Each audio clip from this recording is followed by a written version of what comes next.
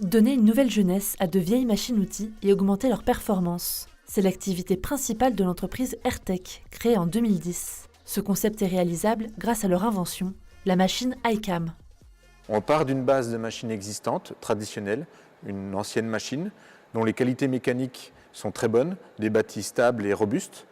On reconstruit toute cette base mécanique et ensuite on vient ajouter toute une couche d'accessoires numériques modernes, de nouvelles technologies pour permettre d'augmenter les capacités de la machine et de répondre aux nouveaux besoins des marchés du décolletage.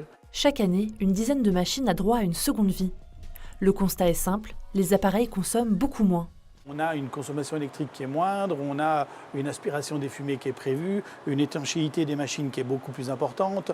On est allé beaucoup plus loin sur ces anciennes machines qui avaient beaucoup de lacunes à ce niveau-là. La machine hybride a un certain succès au cœur de la vallée de l'Arve. Sur le marché mondial du décolletage, les industriels haut-savoyards ont de l'avance.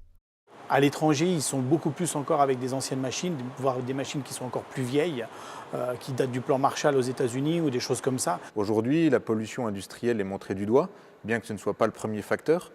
Mais les industriels du décolletage et autres métiers sont très soucieux de montrer une image positive de leur métier et moderne.